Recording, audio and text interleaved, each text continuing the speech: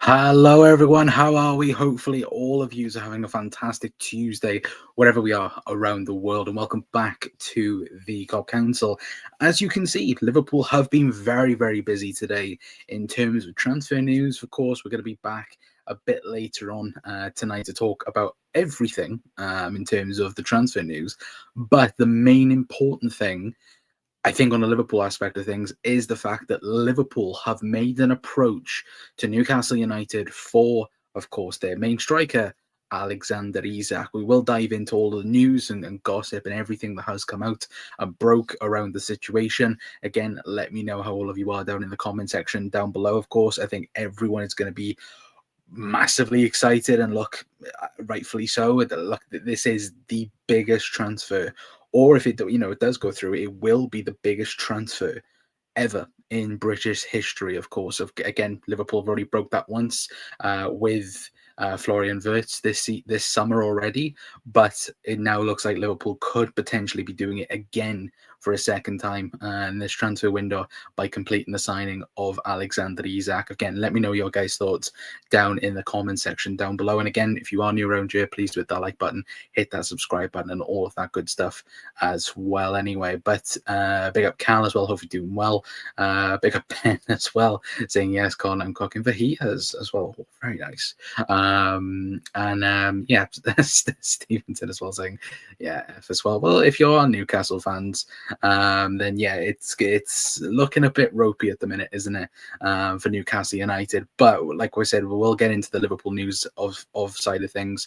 And look, it is huge news for Liverpool Football Club from David Ornstein himself, saying that Liverpool have made an approach to sign Alexander Isak from Newcastle United. Liverpool say no formal bid, but well aware of Newcastle's stance, has always been not for sale, but obviously interest in a deal for a 25-year-old Swedish international worth in the region around £120 million. And look, we know, and we've known this for some time, haven't we, that look, this is going to be the biggest deal, and that's pretty obvious. Look, last season he was the best striker in the Premier League. You could probably make the argument that he was the best striker in Europe last season.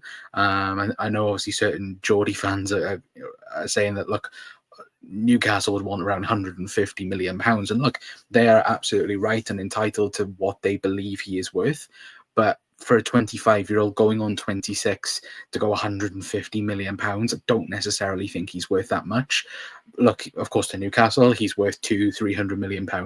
But I think if we're looking at the transfer market and looking at how valuable he could be, I think £120-130 million is probably the market you are looking at for someone like an Alexander Isak. And Liverpool have been quite honest and brutal with this, estimation in terms of going straight for it. Look, it looks like Liverpool are not going to mess around when it does come to this. And look, for me personally, I love to see it. I love to see the fact that football club are going in for the best possible talent that is available. We've done it already with Florian Wirtz, and now we're going after for our number 9. Of course, with Liverpool, I've kind of lacked, the number 9 then for many years. Really, of course, you could probably argue what Daniel Sturridge and Luis Suarez at that time was probably our last, main striker, if that makes sense. Of course, yes, we've had players that have scored goals. Yes, we've also had Bobby Firmino, but we've not had probably a traditional striker for some time that's been starting week in, week out. Yes, Bobby Firmino played at centre forward, but again, Bobby was used quite a lot, wasn't he, as the false 9? And again, look, Bobby could play everywhere. Let's not lie about that either. But I think in terms of pure out and out number 9, I think you're probably going back as far as Suarez and Sturridge, in my honest opinion. But again, let me know your guys' thoughts down in the comments. We've also got news as well from Fabrizio Romano as well. But Ben says his price tag comes from how abysmal the striker market is right now. That is true. That is very, very true. Again, it's a rare market. It's always a rare market anyway.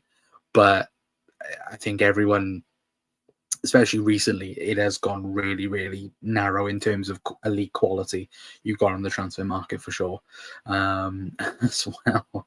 Hello, Luke, as well. Hello, it's me. And pick up Yusuf as well, the GOAT of football Twitter, saying, Arteta, you're a fraud and a disgrace. Not in this chat, boys. Go away. But no, so going on for Brazil Romano's news then, of course, which I think this has made a real a real true statement of intent and what Liverpool want to do. And again, I've seen a lot of Newcastle fans really fuming about this as well. The fact that Liverpool have played this power hand, really. When you look at it, Liverpool made club-to-club approach with Newcastle to discuss record bid for Alexander Isak. If Isak won't be available, Liverpool can enter the race for Hugo Ekitike.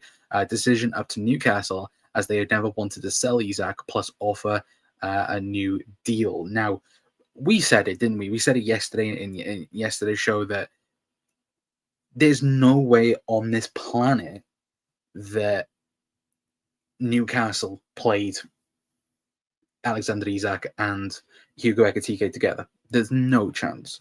One, the price tag, Newcastle don't have that type of money to spend on somebody who's going to be on the bench. And again, 4-4-2, I've seen Newcastle supporters say, oh, well, Eddie Howe played 4-4-2 under Bournemouth. And that's how, really he got established, under, playing 4-4-2 at Bournemouth. But the last, 3 seasons, he's played 4-3-3. Yes, he's adapted at times in games, but the majority of the time he's played 4-3-3 at Newcastle. And look, you're never going to change that type of that team structure, especially when you have the midfield three of Tonali, Joe Linton, and Bruno Gomes. You're not going to do that, in my honest opinion. Now, whether or not they have said to one of Isak or Ekitike, look, you will come in and you will be playing now and again at striker, or you might even be shifted onto the left. That could still be a possibility. But in my honest opinion, I think it will be Liverpool will sign Alexander Isak, and then Newcastle will take Hugo Ekitike. That's my honest thoughts right now. I do think, look, for them to turn down what is reportedly around 120, 130 million pounds that Liverpool are walking into the conversation with, like, you have to turn around and say that if you're a Newcastle fan, if I was a Newcastle fan, even though you don't want to lose somebody of the quality of Alexander Isak, to turn down 130 million, that's going to realistically help you to reinvest into the team. Of course, at the minute, they're looking at Scalvini from Atalanta. They're looking at Trafford. They're looking at many others through the market as well. That would then give him, an advantage then, really, of course, to use the money, of course, number one, to spend on Hugo Ekitike, but also then to redevelop the team from a longer period, similar like what Liverpool did. When we got rid of Coutinho, we bought Van Dijk, we bought Alisson, and that ended up making us win Premier Leagues and Champions Leagues, for example, as well, that helped us for years to come. And again, them two particularly have been the main people in Liverpool's team for the last 8-9 years now.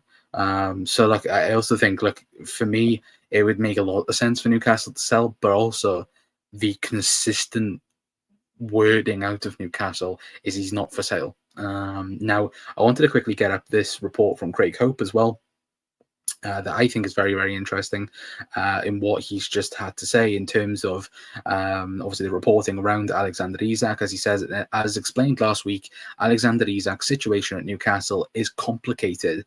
His motivations could be determined of what happens next aimed at Liverpool interest. He was disappointed that what he thought was a promise of a new contract from a previous co-owners was not honoured after they left. Paul Mitchell took the view he was already well paid and had 4 years left to run. Talks ended and there's been no progress since. Newcastle do not want to sell and are likely to offer Isak improved terms, as it's not yet known if he wants to sign a new deal. The club are braced for a formal bid from Liverpool, of course, formal Liverpool offer, as he does go on to say. And again, that's obviously quote retweet, and of course the fact that, again, like you said, with Alexander Isak will be offered the new number 9 jersey. That was back in July 9th as well. So, look, as of things right now, we know the fact that Saudi clubs as well also coming in for Darwin Núñez. That just broke just before I came on as well, which is great. We'll quickly get that up right now as well. So I think that point, though, as well, where Craig Hope, who is, again, it's a very reliable journalist, I look at it and go, for me, I do think the fact that he said that he won't, he feels like he's not been honoured that contract, that I think is very, very interesting for sure. But look, it'll be an interesting one. I really do think, of course, we're not going to hear anything immediate. Like, look, it's not going to be tonight, it's not going to be tomorrow. But look, I do think we are edging very much closer to finding out what will happen with Hugo Ekitike and Alexander Isak. But one thing I wanted to bring up as well, and the reason why I think all this news has come out, is the fact that from Romano about, 16 minutes ago, that Saudi Pro League top clubs make initial approach to sign Darwin Núñez while he's been waiting for Napoli for 1 month. Napoli close to signing Luca as a new striker. It was Darwin's obviously favorite destination. Saudi clubs are prepared to tempt him again now after a deal obviously closed last January. Of course, we know Liverpool did reject a bid around, it's believed, around 75 million euros back in January for Darwin. And this is why I think Liverpool now are moving quick for Darwin Núñez, because obviously moving away from can't wait around obviously the Darwin Núñez news, the Alexander Isak news as well. Of course, we've said for some time that we think that Liverpool will do business after, after Darwin Núñez has moved out the football club. But again, with Ekitike now obviously moving ahead in terms of, again, Ekitike going to Newcastle potentially, and Liverpool, of course, having having that vantage then really of what, again, selling Núñez, make that bid quite known for Alexander Isak, because it does put them in a corner then, doesn't it really? The fact that, look, we either take your best striker now or we go and take your number 1 target, and that's the thing where, like, for me, I think it's quite funny. Anyway, Ryan, go away. Barber should have stayed on holiday. For God's sake, Ryan. This is coming from a man that has a hairline back on his forehead. Like, shut up. My friend, look, my hair isn't as bad as what you think. Go away, Ryan. You absolute wind-up merchant. I hate you so much. But look, at the moment, the bid is supposedly around £130 million. That is getting reported right now. Anyway, let me quickly see if I can find the tweet from the Times. Yeah, there we go. So the Times reported that Newcastle are, Newcastle are bracing themselves for an official offer from Liverpool for Alexander Isak that could be in the region of £130 million. I do wonder what it's actually gonna, like, how much it'll be. Like, we know the Florian Wirtz deal was what, 100 million pounds, sorry. And then it ended up being, for God's sake, man. Like, again, Florian Wirtz ended up being £100 million. Then we ended up knowing that it was guaranteed £100 million, with, of course, the add-ons taken up to £16 million, which, of course, overall is 116 million anyway. But look, at the end of the day, I do think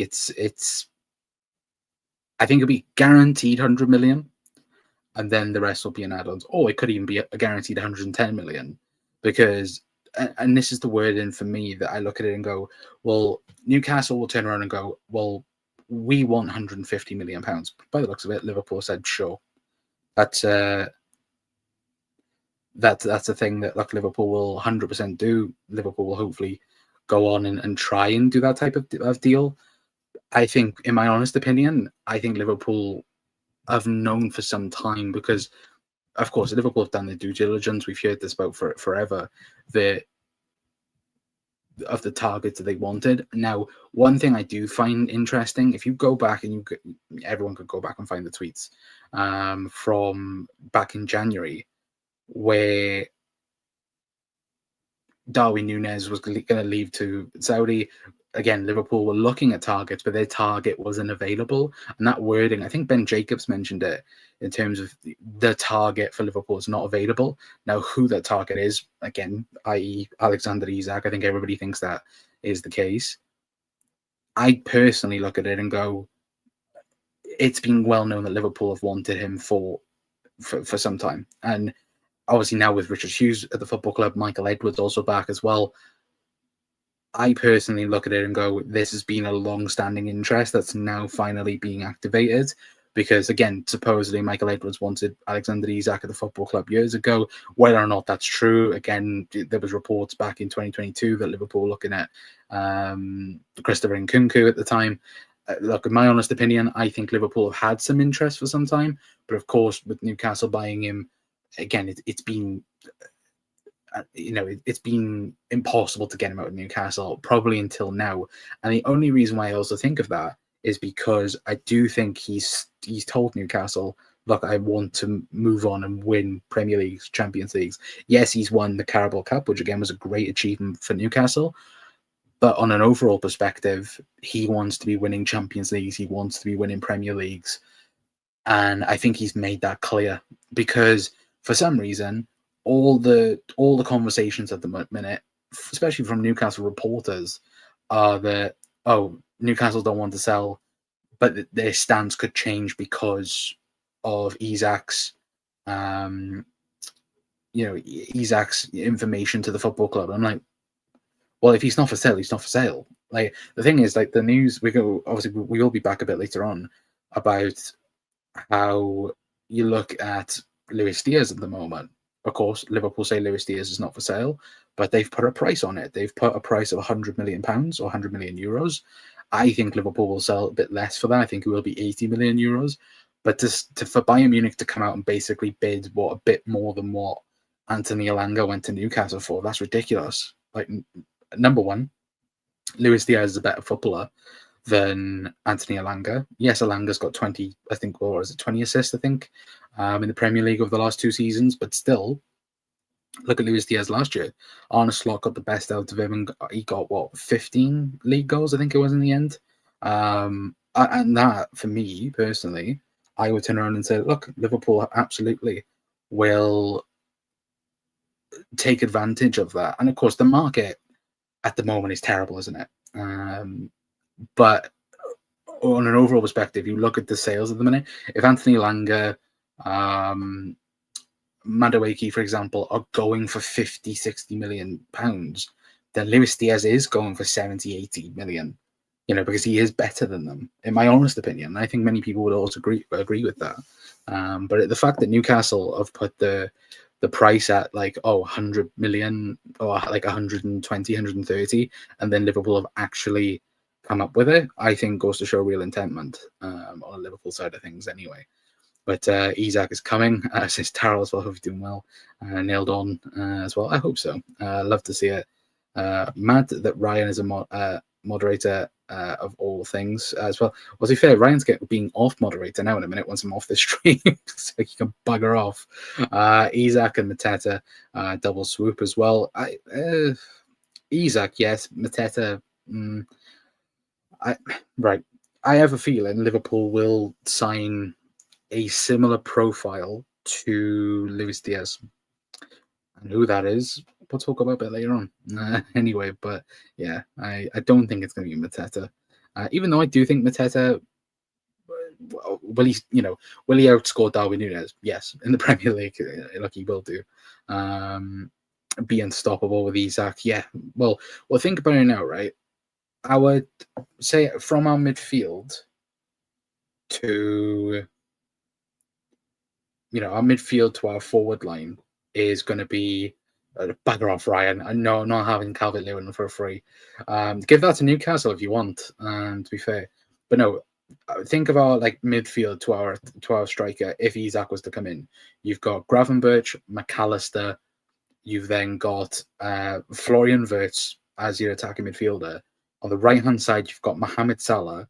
Left-hand side, you've got Cody Gakpo. And up top, you've got Alexander Isak. That is scary.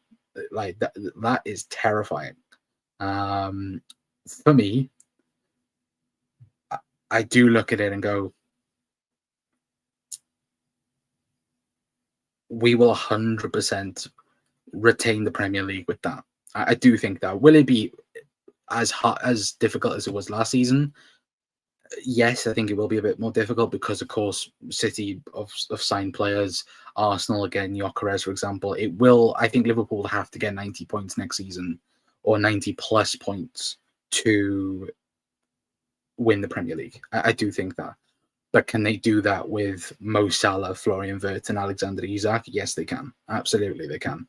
And look, I'll put my neck on the line as well. The Champions League is also going to be another thing as well. But no to Dominic Calvert-Lewin. I can see an absolute menace in the chat as well. Bugger off, Ryan. No, I don't. Won't. Who are you on about? Goosey Model? What the fuck are you on about, Doug? What the fuck? Beat the team before the games started. Yeah, it's just a fear factor, isn't it? It will be harder next season, and with Chelsea as well. Yeah, like I think. Look, I said it to you guys. I do think the signing of Ekitike. Calvert-Lewin. I was like, what the hell are you going on about? And then, yeah, I forgot Ryan mentioned Dominic Calvert-Lewin. Apologies, Doug. But no, I do think the signing of Ekitike is a good one. And I do. Like I said, even if Liverpool do end up getting Ekitike now instead of Isak, I do think it's a good move. I think profile-wise, it is the same. Of course, Ekitike has a bit more, a bit more room of development as developing right now, of course, because again, he's only 22. I think he's only just turned 22 as well. So again, he'll have plenty of time to adjust to the Premier League. Of course, the difference between Liverpool and Newcastle is the fact that Liverpool are expecting to win now. And of course, yes, even though Ekitike, there's a few things that some people are a bit worried about. In my honest opinion, I do think Ekitike could be what Isak is now in a couple of years' time, and then Newcastle. And if he is that, Newcastle are winning again, because if they have someone that can turn into £100 million striker again for him again, like that would be perfect for him to be able to go on to sell. But as the things right now, would you say on potential, Ekitike could get up to Isak's level? But as of course right now, they're both on the same level. No, they're not at the minute. But Isak is a BTEC, big bad Barry. Jesus Christ, Ryan. Yeah, no, I wouldn't take Dominic Calvert-Lewin for anyone right now. To be fair, who would you rather in your team, Dominic Calvert-Lewin or Rasmus Højlund? Because yeah, like Darwin Núñez is twice the player both are. Even though I know people will turn around and go like, "Oh, Calvert-Lewin's got this many Premier League goals." I don't care. Like just watching Calvert-Lewin. I said it to Ryan when we plays Everton. Obviously not last season, the season before that, and it was before the Goodison game. It was like, oh, I wonder why Calvert-Lewin's playing, because I think at that time as well, I think he'd just come back from injury. And I think even Ryan turned around and said, "Oh, I don't get why we're playing him." And then he ends up having a world-class performance. And you're like, why? If you're an Evertonian, why can't he do that 24/7? Which, yeah, is quite funny for them anyway. Sorry, chat. I'm trying to quickly see if there is anything more regarding Alexander Isak. Now, what is this? Is that from The Athletic, or is it from...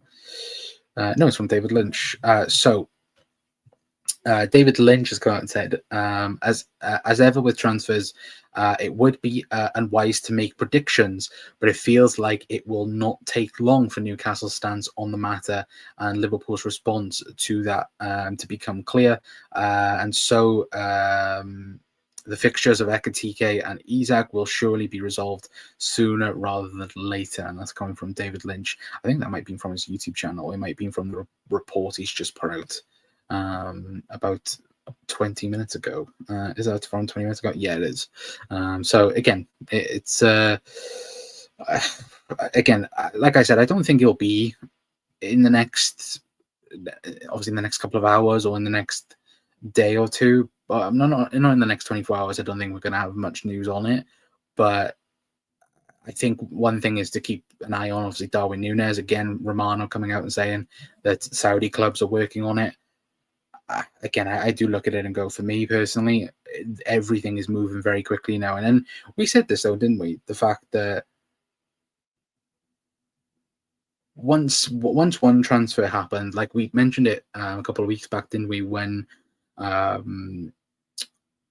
Gyökeres was getting spoken about to Arsenal getting done, and obviously Sesko as well, which, by the way, I've seen loads of people mention Sesko's going to be joining Liverpool. That's not happening, by the way. That's nearly a guaranteed not to happen, touch wood. But as of things right now, we will turn around and go and say that, for me, Sesko is a player that could be similar to like what Ekitike is in terms of potential, but I think Ekitike, in my opinion, is better as well. But what the hell? He's only asking for 150k, mate. Cheap as Jesus. Yeah, you think anyone would want that player? Like, no, Ryan, go away. Absolutely not. Sell Núñez, Diaz, Elliott, Tsimikas, Morton. Well, Tsimikas and Morton, I think, will go. Diaz, I still don't know, Well, unless Bayern Munich come in with another bid that is actually a tidy bid, then no, Luis Diaz isn't going to go anyway. But yeah, I think it is probably one to keep an eye on, at least anyway. But like I said, we are going to be back a bit later on. If Everton don't want him, then no one else wants him. Let's be honest. No, that is true. Well, to be fair, you could. What team did Andy Carroll join? Was it Dagenham and Redbridge recently? Maybe you could have the striking partnership of Andy Carroll and Dominic Calvert-Lewin. Why not? Big Bad Beto and Big Bad Barry going to cause issues next season. Economy. They're not GTA characters. What the? Right, Ryan. Some Everton designer, right? I want them to make a GTA style thing for you with them too. That's where I would love for you anyway. Diaz wants to leave now. It comes out today. Yeah, and we are going to talk about it a bit later on. Again, I wanted to just talk about Isak mainly in this video. We'll be back live about 9 p.m. Tonight, because again, we're going to talk about Darwin Núñez. We're going to talk probably a bit more about this because there'll be a little bit of more news, maybe. Ekitike, Rodrigo as well. We're going to talk about, and of course, Luis Diaz as well. Anyway, pick up Hosan as well, saying we're doing it, Con. Yes, we are. Yes, we bloody absolutely are. Awesome season ahead. Yes, absolutely, hero. Hopefully you're doing well as well, mate. But yeah, no, it is. And again, the great news is the fact that Liverpool, it looks like a bid is coming for Hugo Ekitike. For Alexander Isak, I should say. But the one thing I will also say, and again, all the Newcastle fans have gone, oh, he's not for sale, end of story, this, that, and the other. If that was the case, we wouldn't be talking about it. We wouldn't be talking about an approach. We wouldn't be talking about Liverpool putting in a bid, anything like that. Excuse me. If Liverpool know 100% that Alexander Isak isn't going to join Liverpool Football Club, or he's not willing to join Liverpool Football Club, then we wouldn't be putting a bid in. Simple as that. We know Liverpool have done. I have had a haircut. Or as Ryan puts it looks like an absolute mess. Probably does in a minute. But We know for a fact Liverpool do not bid for players unless Liverpool know for a fact the player is joining. We know this. The only player recently that you could turn around and say, oh yeah, Liverpool have definitely put a bid in before is 100% Moises Caicedo. But also with that, Liverpool, in my honest opinion, was misled on that situation where, again, his agent told Liverpool he will join. He will, if you bid this amount, he'll join. They basically played Liverpool to get Chelsea up because Chelsea were taking so long with the money situation and taking forever to actually pour in a proper bid for Moises Caicedo. The fact that Liverpool did it and then Chelsea walked in and was like, no, we're going to bid for him now because we want him so badly. And then, Liverpool were dealt a bad hand in that aspect of things. But you look at every single transfer since that, Liverpool have not done business unless they know the player wants to join. And that, for me, is a reassuring thing because, and one thing, if I was Alexander Isak as well, I'd look at it and go, well, they've just re-signed Mo Salah and Virgil van Dijk. They've just got one of the best attacking midfielders in Florian Wirtz and convinced them away from Manchester City and convinced them away from Bayern Munich. Why is that? Why is that the case that Liverpool have done this? And again, he is going to be the number one striker for Liverpool. We know this now. And Liverpool will do everything in their power to make it happen. They're going to offer him a contract that's worth over £200,000 per week, more than what Newcastle can probably end up doing as well. So, look, Liverpool are going to be offering him everything. And that is the intentment of right now, is Liverpool want to win. Liverpool want to be number one. And this is what should have happened the first time round when Liverpool won the Premier League. Liverpool should have built on the success. Yes, we brought in Thiago. Yes, we brought in the best number 20 ever in our football club in Diogo Jota. And Liverpool should have added to that. And unfortunately, we didn't do it. Probably because of COVID and the uncertainty of it. But we didn't do it last time we won the Premier League. This time round, we've gone around. We've got Kirkes, who was the best left back in the Prem last season. We've got Frimpong, who's, again, one of the best talents at right back in the market. We got the best number 10, in my honest opinion, in Florian Wirtz. And then we're trying to get the best striker in the world. Okay, maybe second best behind Erling Haaland. But definitely was the best last season as well. And that, for me, is the difference, is Liverpool are going for it all next season. Are we going to win the quadruple? I'm not even going to start. But yes, we are. No, I'm joking. For anybody who takes that out of context. Breaking news, can't have a haircut. I did have one. Liverpool want Rodrigo. His agent is working on a deal to bring the Brazilian to Merseyside. Well, Michael Edwards is a huge fan of his. So who knows really what's going to happen there. But yeah, we're going to talk about that a bit later on in tonight's episode. Anyway, for you guys, again, it'll probably be around 8 o'clock, somewhere around there. Anyway, but look, any more news on Alexander Isak, we will be back for it. Like I said, we are going to be back live anyway.